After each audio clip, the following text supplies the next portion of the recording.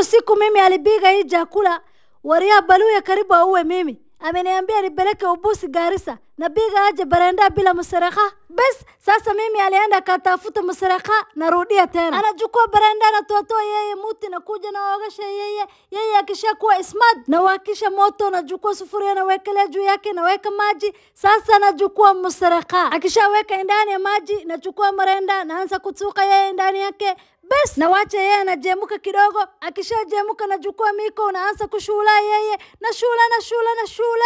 Akianza kuona yeye na ravachira namna hiyo, wewe anasima moto, yeye iko tayari na anza process ya kukaranga. Bas wewe unachukua Hussein majosi yako dag, yeye iko tayari na weka kando. Nachukua tomato dag, yeye iko tayari na weka kando. Next anachukua sufuria na weka lea moto na weka Hussein majosi na anza kushula yeye na shula naongeza mafuta na shula mpaka yeye na karangika.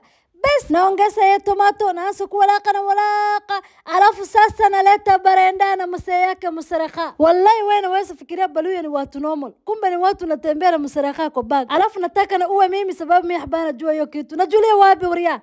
Ameamua pia kupigia nyinyi vushuma ya brown. Warenda mimi hawezi kufurahisha nyinyi zaidi. Amepiga mpaka ingoho. Mimi na ile manyonyi inaweza kuwa mundu. Lakini najua msaraka akiisha pia mabenzi yetu naisha.